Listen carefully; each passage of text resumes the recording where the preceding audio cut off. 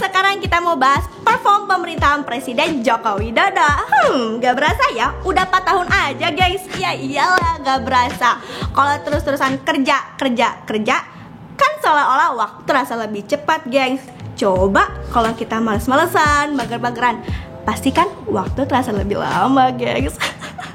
Nah, pemerintahan Jokowi sekarang ini fokus banget mewujudkan pemerataan pembangunan infrastruktur di seluruh Indonesia, dari Sabang sampai Merauke, dari Miangas sampai Pulau Rote. Nah gengs, terbuktikan kalau Presiden Joko Widodo nggak cuman omdol loh. Lihat aja APBN negara kita selama 4 tahun ini, anggaran infrastruktur meningkat secara signifikan.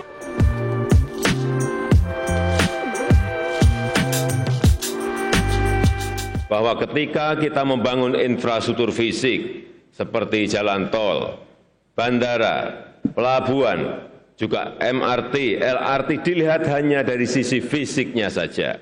Padahal sesungguhnya kita sedang membangun peradaban, membangun konektivitas budaya, membangun infrastruktur budaya baru.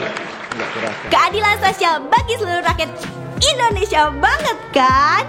Nah guys, pasti kalian juga udah pada tahu kalau pembangunan infrastruktur itu nggak cuma soal bahas beton, jalan, bandara, atau pembangunan fisik yang lainnya loh.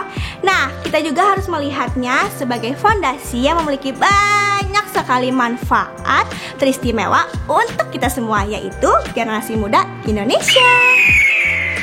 Nah gengs, dengan adanya sarana infrastruktur yang memadai, kita jadi lebih gampang bepergian kemana-mana loh gengs.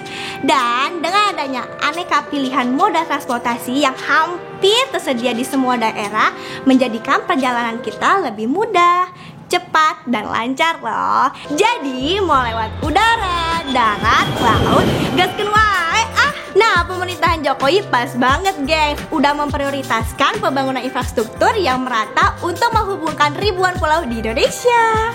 Distribusi barang dan pengadaan logistik udah masuk loh gengs ke pelosok-pelosok negeri. Jadinya lebih praktis dan lebih murah. Dan harga komoditas pun makin terjangkau buat kalian.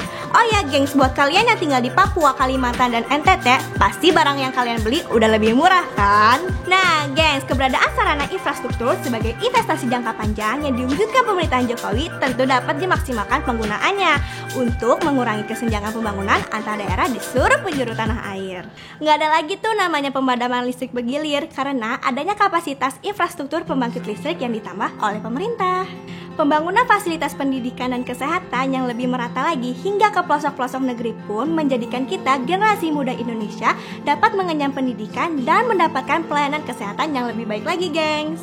Nah gengs, akses internet yang lebih cepat dan merata di seluruh Indonesia membantu kita untuk mengakses informasi, berkomunikasi, hingga mengembangkan usaha berbasis teknologi gengs. Sebagai generasi penerus bangsa, mari kita manfaatkan kemajuan infrastruktur ini untuk menjadikan daerah kita sebagai sentra ekonomi baru dengan kreativitas kita masing-masing gengs.